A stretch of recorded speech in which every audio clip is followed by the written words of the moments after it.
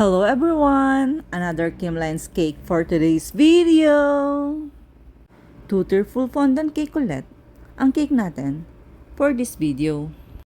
6 na dawel ang binabaon namin sa bottom tier at 2 naman sa top tier. Para matibay at di mag-collapse ang two-tier cake natin. At yan, ready nang ilagay ang mga fondant toppers natin. Nagawa na ahead of time. Usually, madaling araw namin ginagawa kapag full fondant ang order na cake sa amin. Kaya lang, malayo pa lang delivery. At maaga ang napag-usapang oras.